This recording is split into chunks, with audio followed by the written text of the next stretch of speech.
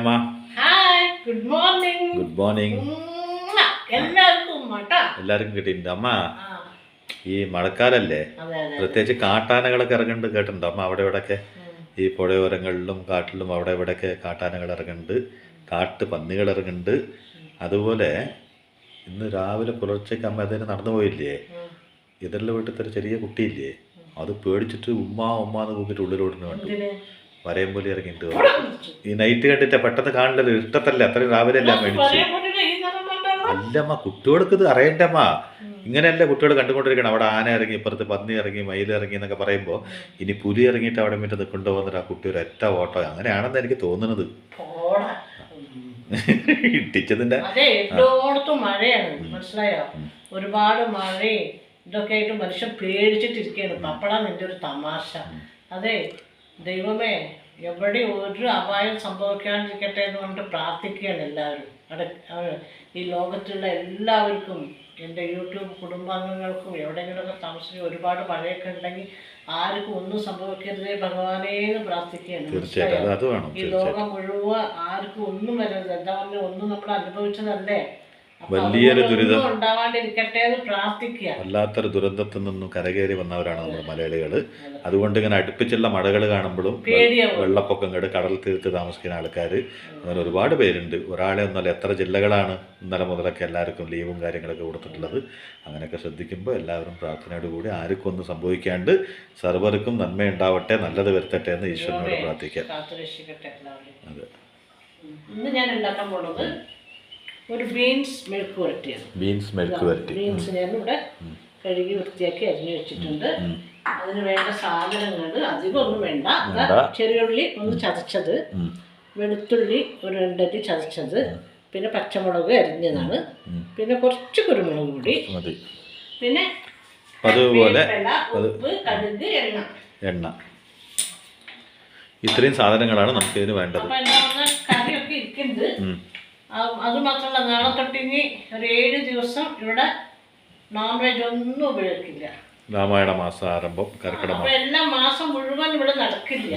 കർക്കിടക മാസത്തിന്റെ അപ്പൊ അതുകൊണ്ട് ഒരു 7 ദിവസം ഞങ്ങൾ ഒന്നും കഴിക്കില്ല എല്ലാവരും. കർക്കിടക മാസം 1-ാം തീയതി അത് ഇവരും അതെ. അപ്പൊ വല്ല കടലയോ പയറോ ഉരുളങ്കിഴങ്ങോ അങ്ങനെ പച്ചക്കറിയൊക്കെ ഉണ്ടാക്കി കൊടുക്കും, റൈസ് ഉണ്ടാക്കി കൊടുക്കും, വല്ല ലെമൺ റൈസ് എന്തെങ്കിലുമൊക്കെ. അപ്പൊ 7 ദിവസം അവരും സംഭവിച്ചിട്ടുണ്ട്. അതിപ്പോൾ എല്ലാ കൊല്ലം അതുപോലെ 7 ദിവസം വയ്ക്കില്ല. ഒരു മാസം മുഴുവൻ ഇവിടെ ഇരിക്കില്ല. അതുകൊണ്ടാണ് 7 ദിവസമാക്കി മാറ്റിയിരിക്കുന്നത്. അപ്പോൾ ഇത് ചൂടാവാൻ വേണ്ടി വെച്ചെടുക്കുകയാണ്. അപ്പോൾ ഇന്ന് ആ ഉള്ള മീനും ഒക്കെ ഒന്ന് കഴിക്കുക. മീനുണ്ട്, അത് വറക്കണം. അത് കഴിക്കും. എന്തൊക്കെയുണ്ട് എടുത്തങ്ങോട്ട് കഴിക്കുക. ബാക്കിയൊക്കെ നാളേക്ക് ഒന്നും വെക്കില്ല, എല്ലാം ക്ലീൻ ചെയ്ത് വെക്കും. എന്നിട്ട് ഫ്രിഡ്ജ് വൃത്തിയാക്കി വെക്കണം. മറ്റുള്ളവർക്കൊക്കെ വൃത്തിയായി. ഫ്രിഡ്ജിലുള്ള മീനും ഇറച്ചിയും ഒക്കെ കഴിച്ചിട്ട് പമ്പ് സെറ്റ് കൊണ്ടുവന്ന് അടിച്ച് വൃത്തിയാക്കാലമ്മ. അല്ല, വെറുതെ തുടച്ചിട്ട് ആരെങ്കിലും പമ്പ് സെറ്റ് കൊണ്ട് അടിച്ച് വൃത്തിയാക്കാം അമ്മ. അപ്പോഴേക്കും അല്ലാന്ന്. അയ്യേ, ഇങ്ങനെ ഒരു വണ്ടിനെ ഞാൻ എവിടെയും കണ്ടിട്ടില്ല. പമ്പ് സെറ്റ് കൊണ്ടുവന്നിട്ട് ആരെങ്കിലും ഫ്രിഡ്ജിൽ കടിച്ചാൽ പിന്നെ ആ ഫ്രിഡ്ജ് കൊണ്ടുപോയി തൂക്കി കൊടുക്കേണ്ടി വരില്ല അമ്മ. ഈ എന്തപ്പം അമ്മയ്ക്ക് ഇത്ര ഓർക്കാനുള്ളത്? അച്ഛനായിട്ട് വല്ല സൗന്ദര്യപ്പണൊക്കെ ഉണ്ടായോ? ഇത്രയൊക്കെ ഓർക്കാൻ ഏതോ ഓർമ്മയൊക്കെ നിൽക്കാൻ അല്ലമ്മ. ഈ സമയത്ത് ഇപ്പം അമ്മയ്ക്ക് എവിടെയോ എന്തിനാ ഓർക്കണത്? നമ്മുടെ ഇവിടെ പാചകമായിട്ട് വരുന്ന സമയത്ത് അമ്മ വേറെ എന്തോ ഓർത്തുകൊണ്ടിരിക്കേണ്ട കാര്യം എന്താണ്? വേറെ ഒന്നും ഓർത്തില്ല. അമ്മ എന്താ വനത്തിലെ സന്യാസിപുത്രിയായ ശകുന്തലയോ എന്തെങ്കിലുമൊക്കെ ഓർത്തുകൊണ്ടിരിക്കാൻ? അല്ല, ഈ പ്രായത്തിൽ ശകുന്തലല്ലേ, ഇത് വയസ്സായ ശകുന്തല. അങ്ങനെ വല്ലതാണോ? അല്ലല്ലോ. പിന്നെ ഒരു കാര്യം ചെയ്യുമ്പോൾ ഒന്നില്ലല്ലേ. അല്ലമ്മ, ശകുന്തലൊക്കെ പ്രായാവില്ലേ? കണ്ട ഇത് ഇത്ര ഉറക്കൊന്നും ഇടാം, മെല്ലെ ഇടുക. അല്ലമ്മ, ശകുന്തല പ്രായമായ ശകുന്തല അല്ലാണ്ടാവുക.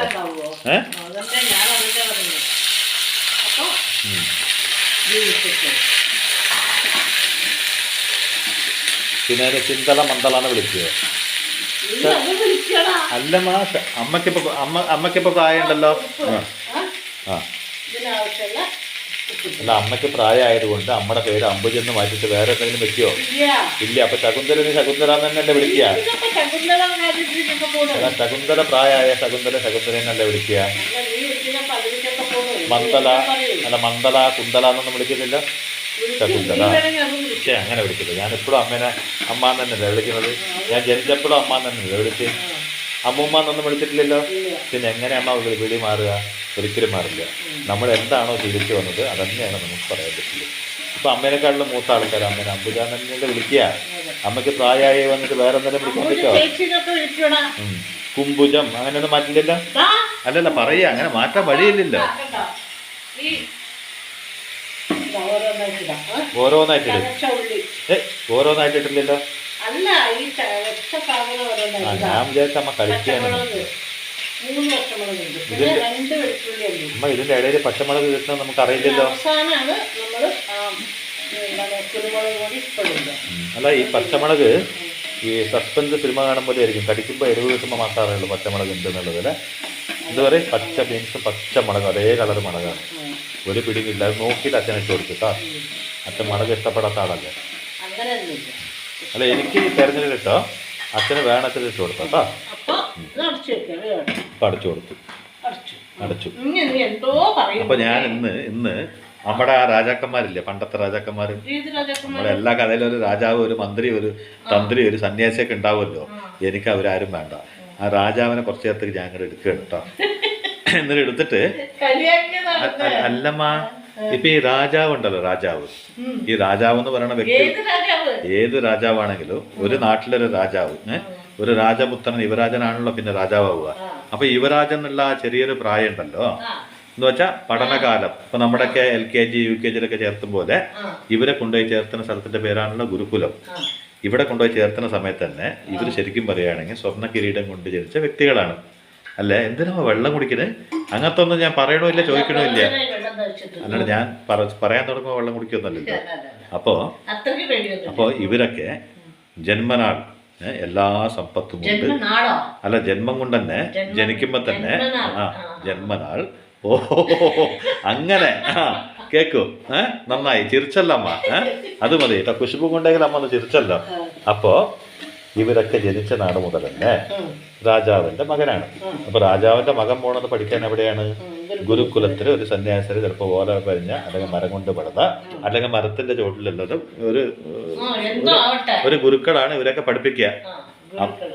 അങ്ങനെ ഒരു സന്യാസിന്റെ അടുത്താണ് ഇവരെ പഠിക്കാൻ വേണ്ടി വിടുക. പക്ഷേ അമ്മക്ക് അറിയാത്തൊരു കാര്യമുണ്ട്. എന്താ അറിയോ, ഈ രാജപുത്രന്മാരെ അല്ലെങ്കിൽ ഭാവി രാജാക്കന്മാരെ അവർക്ക് ആദ്യം പഠിപ്പിക്കുന്ന ശിക്ഷണങ്ങളുടെ ഒപ്പം ഒന്ന് പഠിപ്പിക്കും പ്രത്യേകിച്ച്. എന്താ അറിയോ, ഏത് സാഹചര്യത്തിലും ജീവിക്കാൻ പഠിക്കണത്. കാരണം എന്താണെന്നറിയോ അമ്മയ്ക്ക്, ഇപ്പം നീ രാജാവാണ്, നാളെ നീ രാജാവായിക്കൊള്ളുന്നില്ല. നാളെ നിന്നിൽ മാറ്റങ്ങൾ സംഭവിക്കാം. എന്താന്ന് പറഞ്ഞൊരു ഉദാഹരണം പറഞ്ഞുതരാം. പഴശ്ശിരാജ യുദ്ധം ചെയ്തത് എവിടെയാണ്? കാട്ടിൻ്റെ ഉള്ളിലല്ലേ. അപ്പൊ അടവൈകൾക്കുള്ളിൽ ഒളിഞ്ഞിരിക്കേണ്ടി വരും. എല്ലാ സമയത്തും ഒരു രാജാവ് ജയിച്ചോളുന്നില്ല. ഒരു രാജാവായിരിക്കുമ്പോൾ തന്നെ അയൽപ്പക്കത്തെ രാജ്യങ്ങൾ മുഴുവൻ അവനെ നോട്ടിട്ടുണ്ടാവും.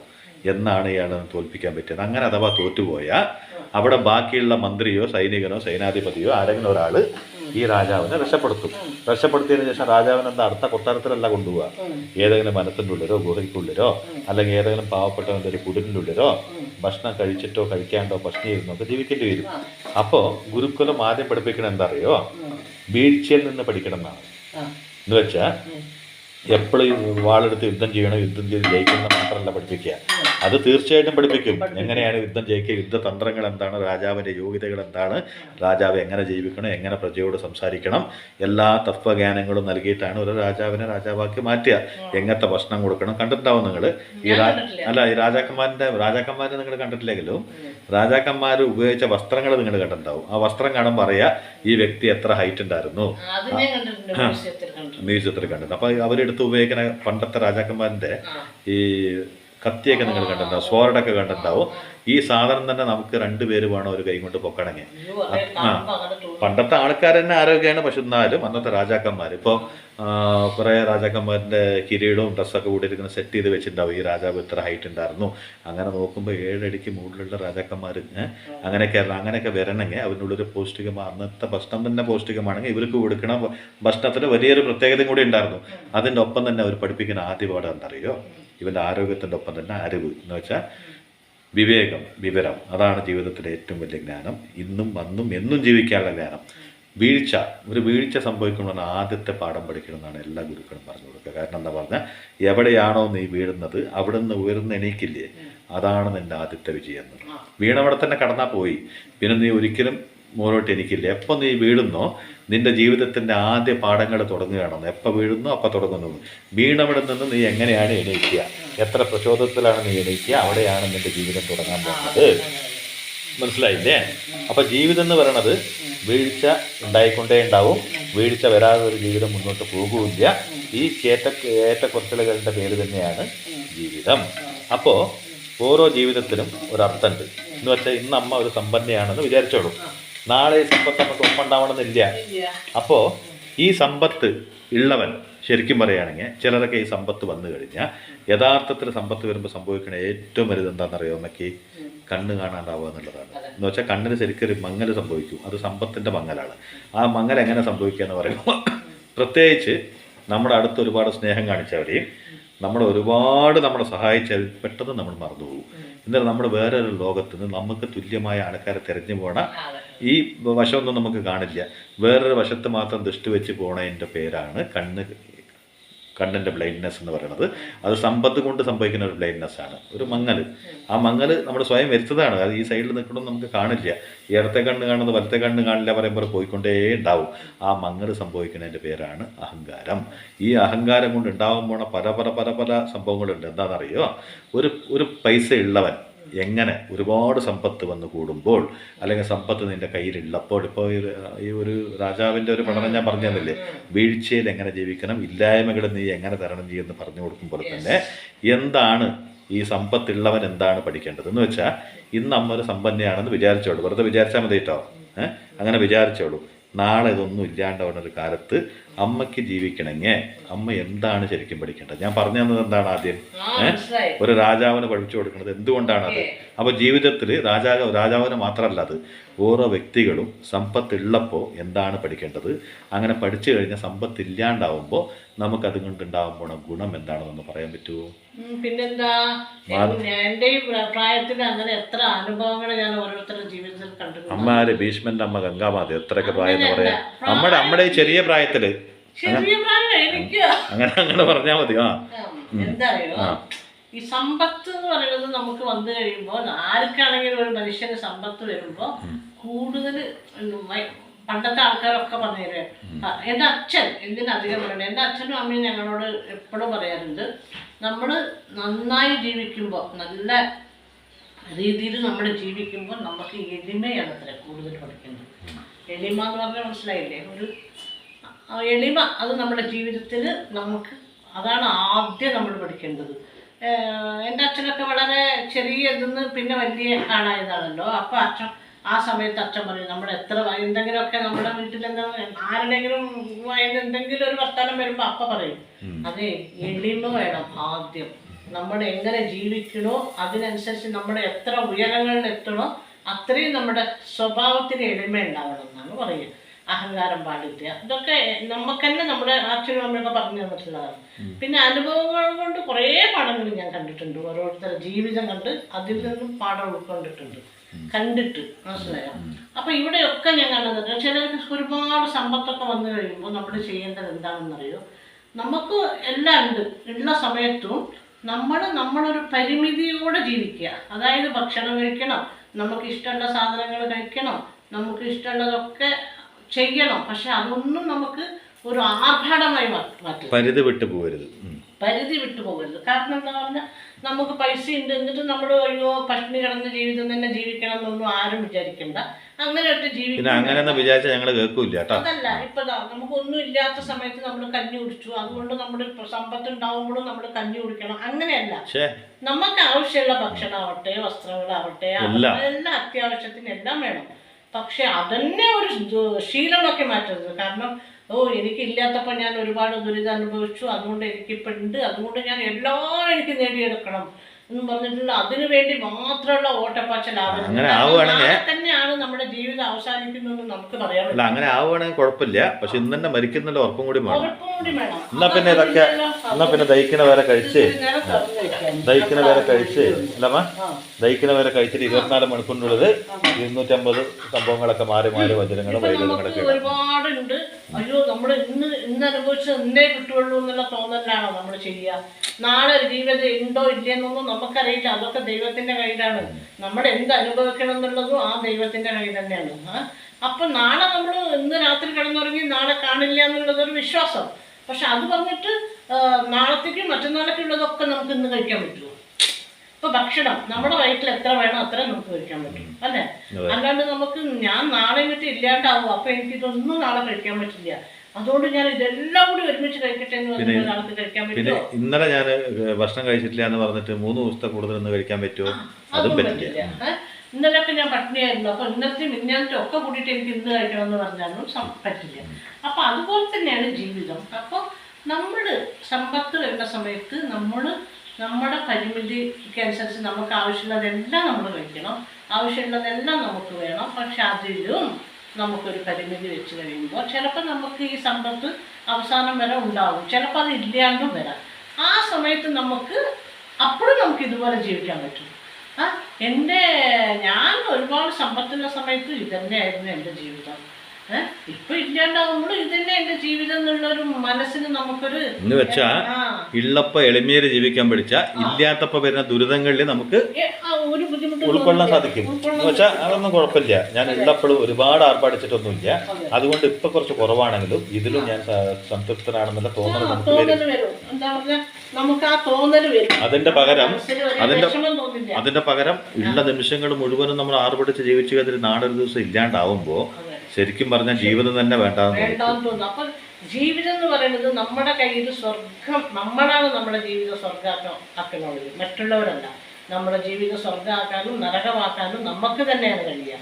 അതിന് മറ്റൊരാളെ കൊണ്ടല്ല, നമുക്ക് മാത്രമേ അതിന് കഴിയൂ. പിന്നെ നിന്നെ നേരാക്കണമെന്ന് പറഞ്ഞിട്ട് നിന്നെ അമ്മ നേരാക്കി, അച്ഛൻ നേരാക്കി, അനിയത്തി നേരാക്കി, അനിയൻ നേരാക്കി, അല്ലെങ്കിൽ ബന്ധത്തിൽ ആരെങ്കിലും നേരാക്കി എന്ന് പറയും. പക്ഷെ അതാണോ ശരി? നിനക്ക് നേരാവണം, നീ നന്നാവണമെന്ന് നീ വിചാരിക്കണം. അല്ലാണ്ട് ഞാൻ അമ്മയാണ്, ഞാൻ പറഞ്ഞു മോനെ ഇത് ശരിയാവില്ല, നീ നന്നാവണം, നീ നല്ല സ്വഭാവം പഠിക്കണം, നീ നല്ല രീതിയിൽ ജീവിക്കണം എന്ന് എനിക്ക് പറയാനേ പറ്റൂ. നന്നാവണമെന്ന് സ്വയം തീരുമാനിക്കേണ്ടത് നീയാണ്. നിനക്ക് നന്നാവണം എന്ന് വെച്ചാൽ ലോകത്ത് ഒരാൾക്കും തിരുത്താൻ പറ്റാത്ത ഒരു സംഭവം ഉണ്ടെങ്കിൽ അത് നമ്മൾ തന്നെയാണ്. കാരണം നമുക്ക് മാത്രമേ നമ്മൾ തിരുത്താൻ പറ്റുള്ളൂ.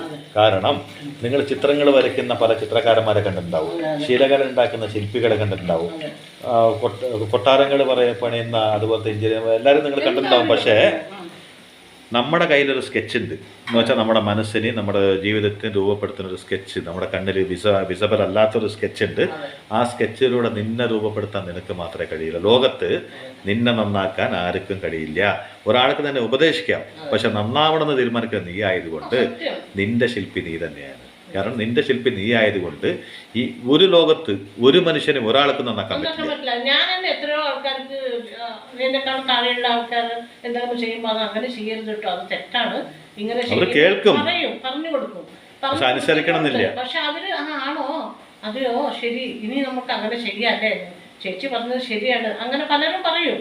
അല്ലെങ്കിൽ അപ്പോ അതവർ കേൾക്കും. പക്ഷെ അവർ അതേപോലെ അല്ല, അവർക്ക് തോന്നും അത് ശരി, അവർ പറഞ്ഞ എന്തിനപ്പം ഞാൻ കേൾക്കണം, അതല്ലല്ലോ ശരി, എനിക്ക് എൻ്റെതായ ഒരു തീരുമാനം ഇല്ലേന്ന് അവർ വിചാരിക്കും.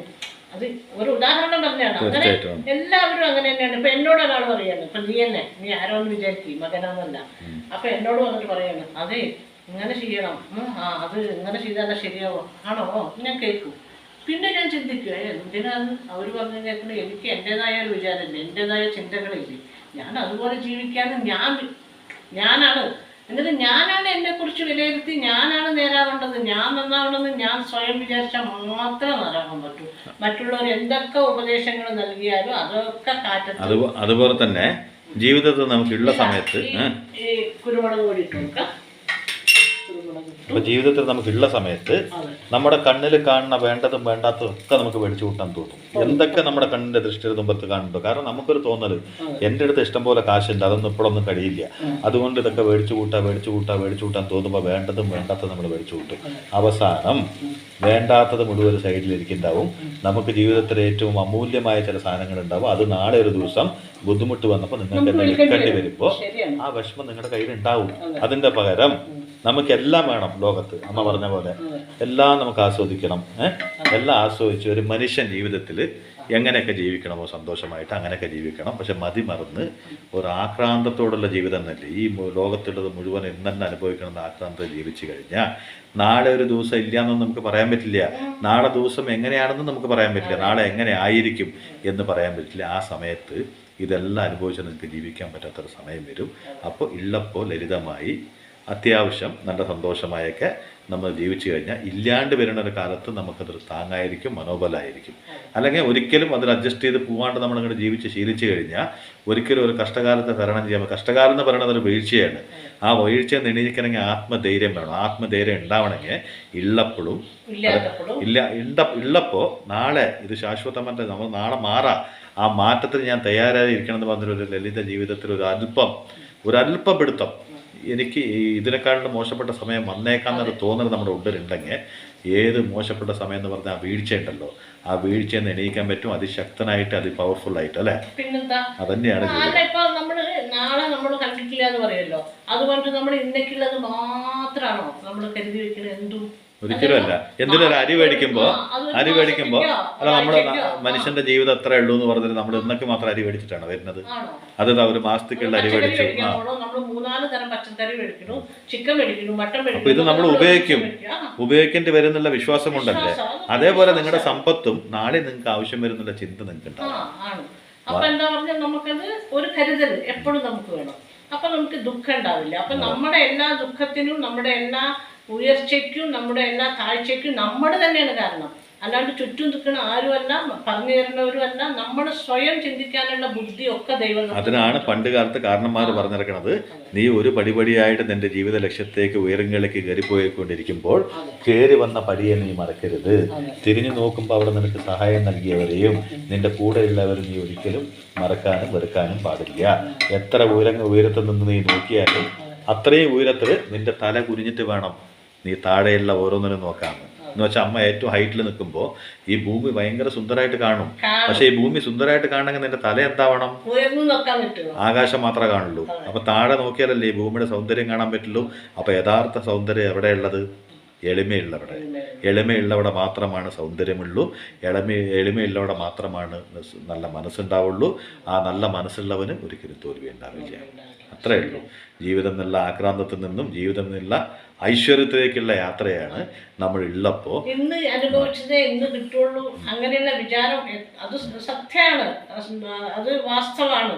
പക്ഷേ എന്നാലും നമ്മൾ ഒരു കരുതൽ അല്ല, നമ്മൾ ഇന്ന് ജീവിക്കേണ്ടെന്നല്ല പറയണത്. പക്ഷെ ഇന്നത്തെ ജീവിതം മതിമറന്ന് ജീവിച്ചാൽ നാളെ ഒരു ജീവിതം ഉണ്ടാവും. ആ ജീവിതത്തിൽ വരുന്ന കഷ്ടങ്ങളെ നിങ്ങൾക്ക് താങ്ങാൻ പറ്റില്ല. ആ കഷ്ടങ്ങളെ താങ്ങാനുള്ള പ്രയത്നമാവണം നിങ്ങൾക്ക് സമ്പത്തുള്ളപ്പോൾ നിങ്ങളുടെ ജീവിതം. നിങ്ങളുടെ ജീവിതത്തിൽ നിങ്ങളുടെ എത്രത്തോളം സമ്പത്തുണ്ടോ ആ സമ്പത്ത് കൊണ്ട് ജീവിക്കുമ്പോൾ നിങ്ങളുടെ മനസ്സിലൊരു ഉൾക്കരുതൽ വേണം. നാളെ ഇതില്ലാണ്ടവരൊരു കാലം ജീവിക്കാൻ എനിക്കറിയണം എന്നുള്ളൊരു തോന്നൽ വേണം. ആ തോന്നൽ വന്നില്ലെങ്കിൽ നിങ്ങളാവട്ടെ, നിങ്ങളുടെ മക്കളാവട്ടെ, തലമുറകളാവട്ടെ സമ്പന്നതയോടുകൂടി മാത്രം ജീവിച്ച് പഠിച്ചവർക്ക് പിന്നെ അതില്ലാണ്ട് ജീവിക്കാൻ പറ്റാണ്ടാവുമ്പോഴാണ് ജീവിതം തന്നെ വേണ്ടാന്ന് പറഞ്ഞിട്ട് ജീവിതം തന്നെ നമ്മൾ തുലയ്ക്കുന്നതും ജീവിതം ഇല്ലാണ്ടാക്കുന്നതും. ആ സന്ദർഭങ്ങളൊക്കെ നമ്മൾ തന്നെ ഉണ്ടാക്കുന്നതാണ്. അപ്പോൾ സാഹചര്യത്തിന് ജീവിക്കാൻ പഠിപ്പിച്ചു കൊടുക്കണം. നമ്മുടെ മക്കളെ ആവട്ടെ, നമ്മളെ തന്നെ ആവട്ടെ, പഠിപ്പിച്ച് നമ്മൾ കൊടുക്കുക. പക്ഷെ അതാവണോ വേണ്ടെന്നുള്ള തീരുമാനിക്കുന്നത് അവർ മാത്രമാണ്. കാരണം അവർ നമ്മുടെ മുമ്പത്ത് പറയും, ഞാൻ എല്ലാം പഠിച്ചു കിട്ടോ, ഞാൻ ഇങ്ങനെ തന്നെ ജീവിക്കാട്ടോ. പക്ഷെ അവരങ്ങനെ ജീവിച്ചോ പഠിച്ചോ എന്നുള്ളത് അവർക്ക് മാത്രമേ അറിയുള്ളൂ. കാരണം നിങ്ങളുടെ ആർട്ടിസ്റ്റ് നിങ്ങളാണ്. നിങ്ങളുടെ ജീവിതം എങ്ങനെ രചിക്കണം, എങ്ങനെ എഴുതണം എന്നുള്ള കവി നിങ്ങളാണ്. എങ്ങനെ കൊണ്ടുപോകണം എന്നുള്ള തിരക്കഥകൾ, നിങ്ങളുടെ ജീവിതത്തെ ഓരോ തിരക്കഥകൾ മാറ്റി എഴുതാൻ കഴിവുള്ളവർ നിങ്ങളാണ്. നിങ്ങൾക്കൊരു കഥ തന്നിട്ടുണ്ടാവും. ആ കഥയിൽ ചില സന്ദർഭങ്ങൾ നിങ്ങൾക്ക് തിരുത്തി മാറ്റി അത് ഭംഗി പോലെ ആക്കാൻ നിങ്ങൾക്ക് സാധിക്കും. സർവേശ്വരൻ തന്ന കഥയെ ഒരു കവിത പോലെ ആക്കാനും പറ്റും, ഒന്നിനും കൊള്ളാണ്ടാക്കാനും പറ്റും. ഇത് രണ്ടും നിങ്ങളുടെ കയ്യിലാണ്. അതുകൊണ്ടാണല്ലോ ഇപ്പൊ എത്ര നല്ല ചിലർ പറയുന്നത്, എത്ര നല്ല അച്ഛനും എന്തായി മകൻ എങ്ങനെയായി, അത് അച്ഛനും തെറ്റല്ല, അല്ലല്ല, മകന്റെ സ്വയം തെറ്റാണ്. അത് ശരി. അതുപോലെ ജീവിതത്തിന് ചുറ്റുള്ളവരൊക്കെ അവരെല്ലാവരും നല്ലവരാണ്. അവരുടെ കുടുംബത്തിൽ ആ ഒരു കുടുംബം മാത്രം ഇങ്ങനെയായി. എന്തുകൊണ്ട്? അവർ സ്വയം അങ്ങനെ ആക്കിയതാണ്, അല്ലാതെ മറ്റുള്ളവരല്ല അതിന് കാരണക്കാർ. അപ്പം നമ്മൾ നേരാവാനും നമ്മൾ എങ്ങനെ ജീവിക്കണം, നമ്മുടെ ജീവിതം എങ്ങനെ സ്വർഗമാക്കി മാറ്റാം, നമ്മുടെ ജീവിതം എങ്ങനെ നരകമാക്കി മാറ്റാം, ഇതൊക്കെ സ്വയം നമ്മുടെ കയ്യിൽ തന്നെയാണ്. അതുകൊണ്ട് ചുറ്റുമുള്ളവരൊന്നല്ല, നമ്മളെ തന്നെ വിലയിരുത്തുക, നമ്മൾ തന്നെ ചിന്തിക്കുക. നമ്മുടെ ജീവിതത്തെ മാത്രമേ മാറ്റാൻ പറ്റൂ. നിന്നെ കൊണ്ട് എന്നെ മാറ്റാൻ പറ്റില്ല, എന്നെ കൊണ്ട് നിന്നെയും മാറ്റാൻ പറ്റില്ല. പ്രയത്നിക്കാൻ മാത്രം. ഞാൻ അമ്മയാണ്, എന്നോട് പറയാം, മോനെ നീ നന്നാവട്ടോ, അത് ചെയ്യുന്നു. ആ പറയുന്ന വാക്കുകളുടെ ഒരു സത്യം ഉണ്ടെന്ന് ഞാൻ ഉൾക്കൊണ്ടാൽ എനിക്ക് നന്നാവണമെന്ന് ഞാൻ സ്വയം ചിന്തിച്ചാൽ മാത്രമേ ഞാൻ അത് നന്നാവാൻ പറ്റൂ. അല്ലാണ്ട് അമ്മ പറഞ്ഞു മകൻ നന്നായി, അച്ഛൻ പറഞ്ഞു മകൻ നന്നായി. ഇന്നത്തെ ഒരു മെസ്സേജ് എന്താന്ന് പറഞ്ഞാൽ, ഉള്ളപ്പോൾ ഇല്ലാത്തതിനും കൂടി തരണം ചെയ്യാൻ നമ്മൾ പഠിച്ചു കഴിഞ്ഞാൽ പ്രാക്ടിക്കലായിട്ട് ജീവിതത്തിൽ ഒരിക്കലും ഏത് വീഴ്ചയിലും നിങ്ങൾ ഒരു കാലത്തും തോൽക്കില്ല. അതിൻ്റെ ഒപ്പം തന്നെ ഭക്ഷണം വെച്ചിട്ട് ഇപ്പം അമ്മ വിളിക്കാറില്ല എന്നുള്ള ഒരു പരാതി ഉണ്ട് കേട്ടോ. അത് എന്തുകൊണ്ടാണ് വിളിക്കാണ്ടായിരിക്കണത്? മഴക്കാലമായതുകൊണ്ട് നിങ്ങൾ തികയാണ്ടാണെന്നൊക്കെ ചോദിച്ചിട്ടുണ്ട് കേട്ടോ. അയ്യോ അങ്ങനെയൊന്നുമല്ല. ഇത് ഇന്നിപ്പോ സിമ്പിൾ ആയിട്ട് അത് എന്താണെന്നൊന്നും അവർക്ക് അറിയണ്ട. ഇനിയിപ്പോ കഞ്ഞിയാണെങ്കിലും ചമ്മന്തി ആണെങ്കിലും ഇന്നത്തെ ചിക്കനും മീനും ഒക്കെ ഇരിക്കുന്നുണ്ട് അവിടെ. അപ്പൊ ഇവ മാത്രം കൂട്ടണ്ട, അച്ഛനും ശരിക്കും കൂട്ടില്ല. അപ്പൊ ഇന്ന് ഇവ കൂട്ടിയിട്ട് കഴിഞ്ഞില്ലെങ്കിൽ അതെടുത്ത് കളയും ഞാൻ. അത് വേണ്ട. ഇന്ന് ഉച്ചയ്ക്കും വൈകുന്നേരമായിട്ട് നീ കഴിച്ചോ, മനസ്സിലായി? അപ്പൊ പിന്നെ 7 ദിവസം ഒന്നും ഇല്ലാന്ന് ഞാൻ പറഞ്ഞിട്ടുണ്ട് കേട്ടാ. അത് എല്ലാവരുടെ മുമ്പിലാ പറഞ്ഞിരിക്കുന്നത്. എല്ലാ കൊല്ലം ഇല്ലല്ലോ, പിന്നെന്താ പറയാനുള്ളത്? അപ്പൊ പിന്നെ അത് കുഴപ്പമില്ല. അപ്പൊ ഇന്ന് ആരെങ്കിലും ഒക്കെ വരികയാണെങ്കിൽ ഞാൻ നിങ്ങൾക്ക് ഇറച്ചിയും മീനും ഒക്കെ തരാം കേട്ടാ. പിന്നെ നാളെ തൊട്ട് ഒരു 7 ദിവസം ഞാൻ ഒന്നും തരില്ല. അപ്പൊ ഇന്ന് വരുവാണെങ്കിൽ വരും കേട്ടോ. ബായ്. വിളിച്ചില്ല ഒന്നും തരില്ല എന്ന് പറഞ്ഞ ഭക്ഷണം വെക്കേണ്ടെന്നിരിക്കില്ലല്ലോ, അത് വെക്കും. പച്ചക്കറി കൊണ്ടുള്ളതൊക്കെ ഉണ്ടാക്കി തരാം. അത് ഇഷ്ടം പോലെ മതിയാ. അതൊക്കെ ഉണ്ടാക്കി തരാം കേട്ടോ. ഇറച്ചി മീനൊക്കെ വേണമെന്ന് നിർബന്ധമാണെങ്കിൽ നാളത്തൊക്കെ കഴിഞ്ഞ് ഒരു 7 ദിവസം വന്നാൽ മതി കേട്ടോ. അത് വേണമെങ്കിൽ ഇന്ന് വന്നോളൂ. Okay, bye.